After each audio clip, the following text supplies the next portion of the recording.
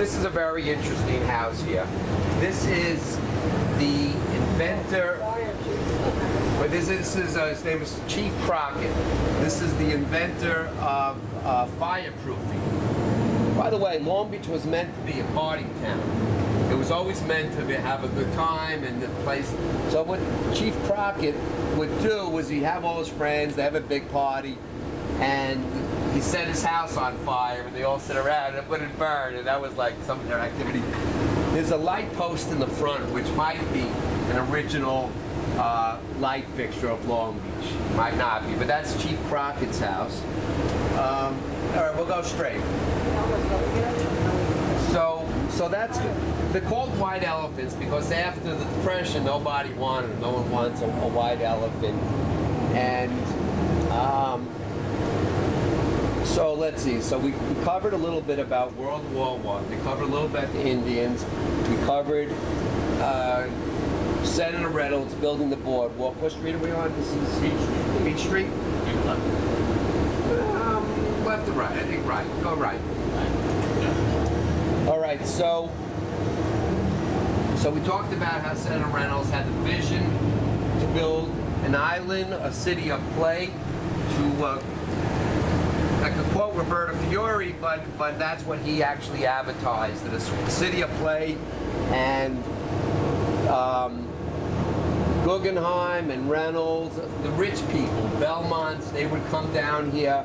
Some of them had their own train cars, and now we'll go into go back around the 1920s. You can't do this in an organized fashion because Long Beach was built that way. We're going to talk about the Ziegfeld people, the Ziegfeld, Flo Ziegfeld, and there's a couple of movies on him. And if you go on the computer, you can do a lot of research. The talkies were, the movies were starting, and what they would do was get the most beautiful starlets in the world and bring them to Manhattan.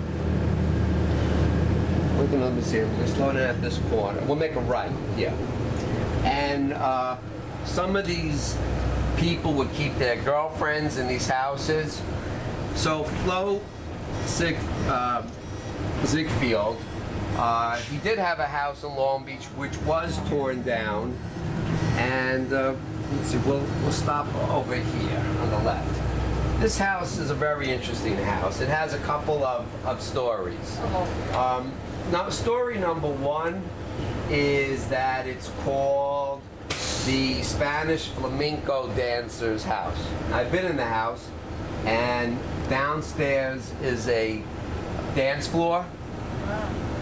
And upstairs, you can't see it unfortunately, in the attic, and the chimney is all stained glass. They built the chimney right around the stained glass. But if you go inside, I think, well, I don't know if it was sold. The owner, unfortunately. It was recently for sale. I just noticed the sign's gone. The sign's gone. I've been in it. I knew the owner. He was a very nice gentleman, Dominic.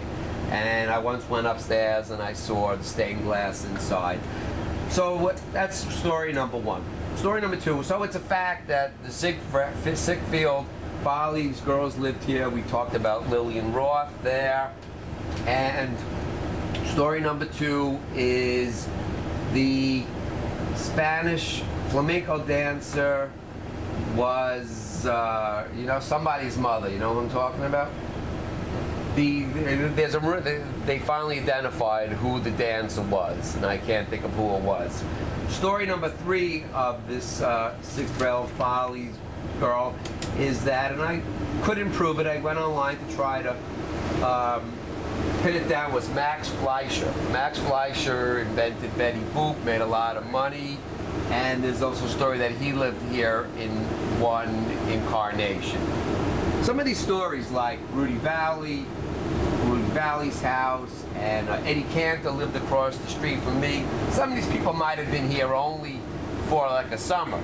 Laurel a lot of it's, a lot of this is oral history, like the whole West End, W.C. Fields, and there's a lot of stories, but you don't have a picture of W.C. Fields that shines bar. So these things get passed down. Jackie Jackie story, Jackie Gleason, and then there's a book. But Rudy Valley had a house in Atlantic Beach, not a little bit. Well, we'll talk about Rudy Valley's house later. Pictures of the house. Right. Well, I'll show you the house that was called the Rudy Valley house. It was probably not the Rudy house. But Rudy Valley really lived, I think, in East Rockaway anyway. But who knows? But so whether it's true or not true. So we're talking about the flamenco dancer, and all right. So we can go make a left here. The most historic area in Long Beach is Riverside Boulevard, which I think was called Garfield, maybe one of those. And there was a footbridge, and anyway, so, but there's nothing really remains of the Long Beach Hotel and that whole area from 1880. So you really can't call it a historic area. But now they're calling this area the historic area. It's the red brick area. The theory is that when it rained, the water would go between the bricks, all right? So it wouldn't flood. And I once thought of living here, but this is a tough place to the car. And it had significant damage with Hurricane Sandy.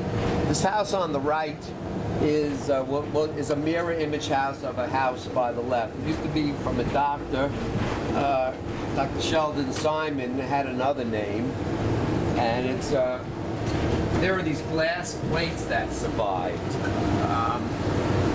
Somebody was throwing out these slides on glass, and a garbage man picked them up, and he realized what they were 30 years ago and turned them off to the Historical Society. So if you go online, you can see the glass plates. So I believe the Preservation Society was responsible for getting these signs. Is this your organization? The street signs? Yeah. So that's beautiful. So there's a lot of landmarks, and these houses, we'll see, stucco, red brick. See, this looks old, but it's not. But these are all originals.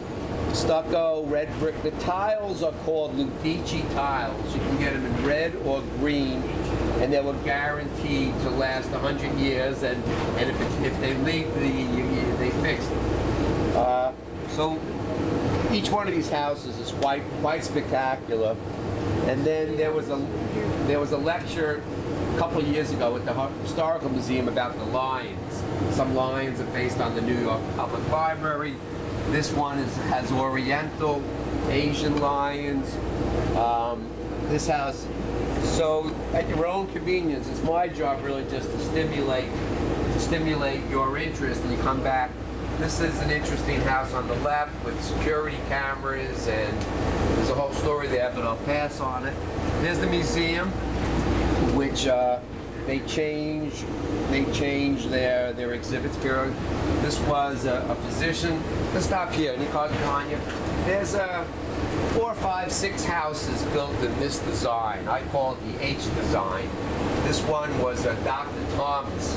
He was a famous doctor who was the policeman, and he was African American and took care of himself, and he was a runner.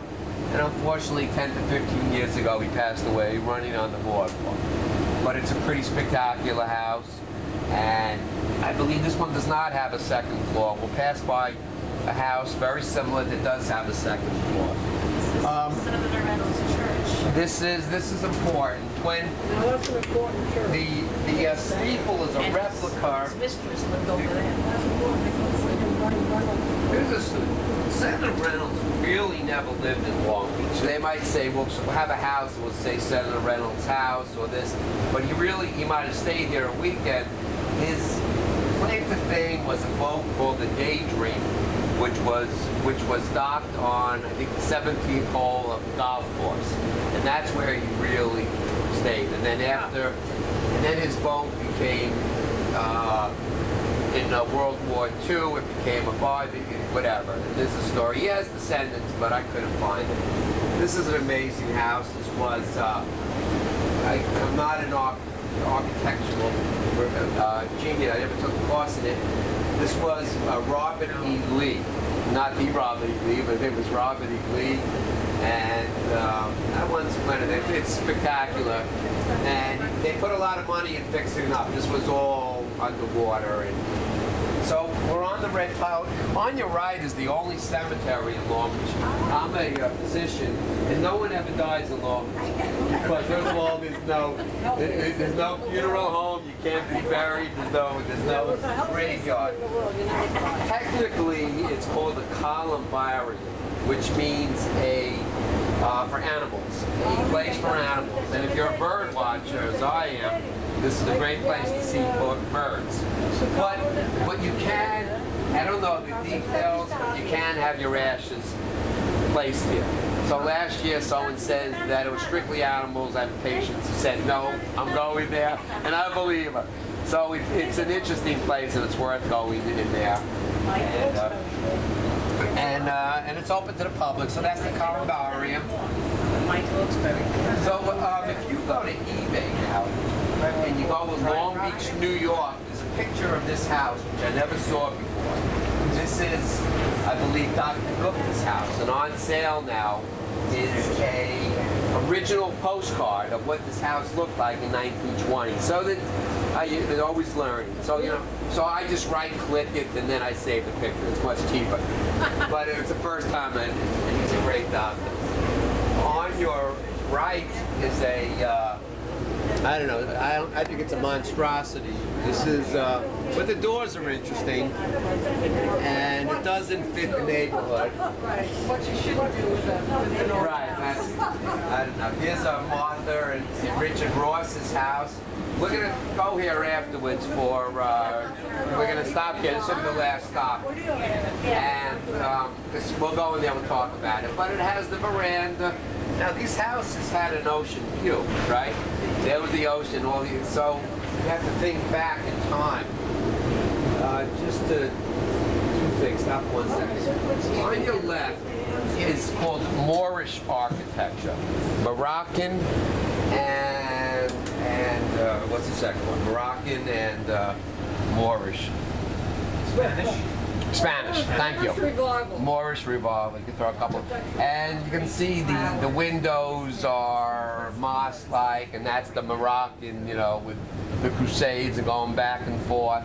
So these are Moorish, and Long Beach has a beautiful collection of Moorish revival houses. I read that they were trying to copy the California style in Long Beach, so that's Moorish. On your right, this White House, there are postcards from 1920. Looks identical, the house, really hasn't changed. Well, actually, the brown thing on top looks new, except for that. And about 15 years ago, they put new copper gutters, and it was quite beautiful when everything was copper colored, but now they painted over. So this is what the house looked like. The other side of the house had an ocean view, but we'll make a right here and we'll talk about what happened to the view. Now, the street here has been getting work. Imagine the sewer system. So I always take pictures and document, but you can see they dug up the bricks here. And I think they're going to restore it. There's still 5 blocks that have, there's still 5 blocks. All right, so let's jump to a different era in Long Beach, which would be about 1930. And the Hotel Nassau, or Nassau Hotel, is this in this large building on the right. The Nassau Hotel was built out of brick, and then it became, that was the Ocean Club, and there was a restaurant on top, and I'm sure you all have seen the pictures. And it was military hospitals in World War II, and in World War I, World War II also, there was a arch that make a left, and that was a very hot spot. There's the boardwalk going up. There's a new ramp going up. This is the Alegria Hotel. Most hotels do not thrive in Long Beach because Long Beach is not, or wasn't, a year-round community. Long Beach was, so you have to fill the rooms up in winter time. It's easy in summertime. But, so they did and do have financial problems. The land went bankrupt, but the hotel was solvent.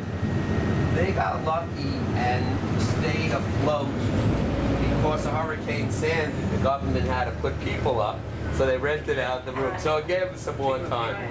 And I don't know who was at that meeting last Tuesday night about the offshore natural. We'll pull over on the right here. Natural. It was an amazing meeting, and it would really change Long Beach. I don't think it's going to happen. I was going to speak, but everyone spoke for me, and it looks like everybody's really against it. Yeah, I'm in there, but it's not hard to see my picture.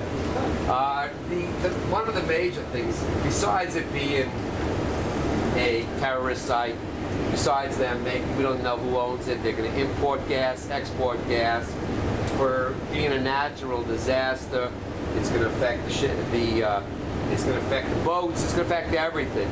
But one of the best, Harvey Wiesenberg and this city council lady, Brogan, said, and also there were people from Manhattan, that something like Far Rockaway, they're just recovering from Hurricane Sandy, and now to put a possible disaster, I think that's what's going to nip this in the bud.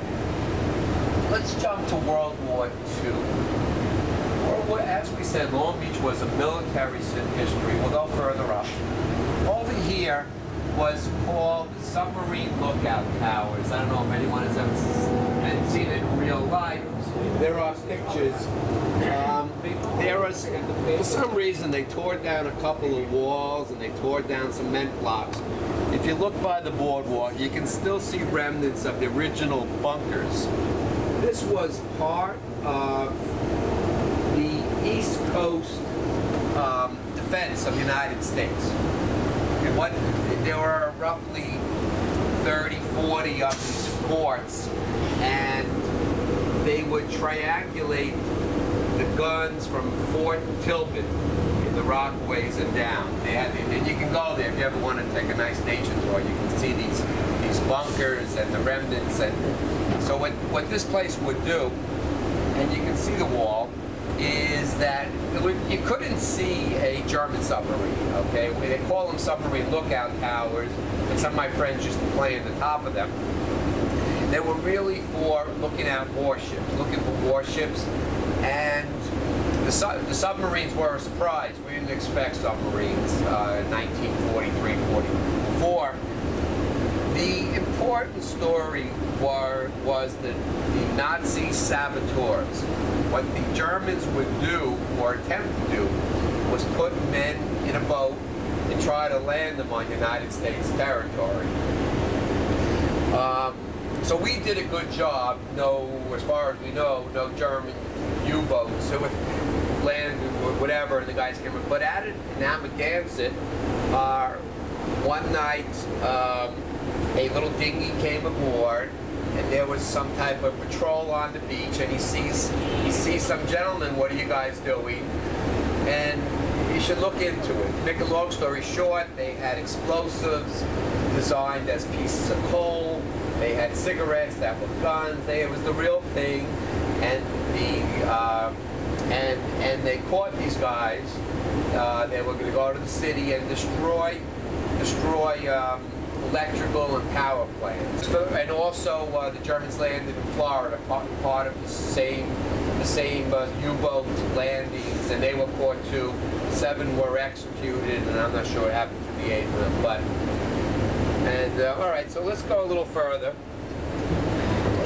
And here's a wall, and then on the next block is a recently excavated wall. So the towers are right here. They're roughly 4 stories high. The boardwalk will be open tonight, hopefully. And I'll show you the new wall if you can see it. That was just unearthed. So if you see, where is it? Right here on the curb. See in front of those bicycles? There's like a Those are steps, and those steps lead underground. So the chances are there's a whole underground military. It's also for electricity, but there's like a military city going on here. We'll stay on the military theme. We're in World War II, and we're going to head for the Lido Hotel. This was all sand, and these were all sailors here. Let's see if I can find that newly unearthed wall. Due to sandy and the shifting sands. Let's see, I'll go a little slow. I don't think we're going to see it. But by the boardwalk is a new type of wall. About 10 years ago, the city really didn't want to exploit this. They wanted to build this up, so they knocked down a lot of the windows of these. Let's see, keep going. Now you can't see anything. But by the boardwalk is an unearthed wall. This was called, it was foundation block and super block. Foundation block was for a hotel that was never built. The house on the left was Sally Gold. She was involved in the newspapers in Long Beach. And a lovely lady. There's a lot of famous names. Senator Ornstein, he lived, Theodore Ornstein, he lived in the Lido Hotel. All right, so the Lido Hotel was where servicemen trained for to go to Europe and to go to the islands, and it was called the De-Embarkation Center. And after the war ended, it became a military hospital. And right now it is closed. They got devastated by Hurricane Sandy and did not have any insurance. And pick a number, the 1,000 people that live there are still displaced, but they still have to pay their maintenance fees. So there's a lot.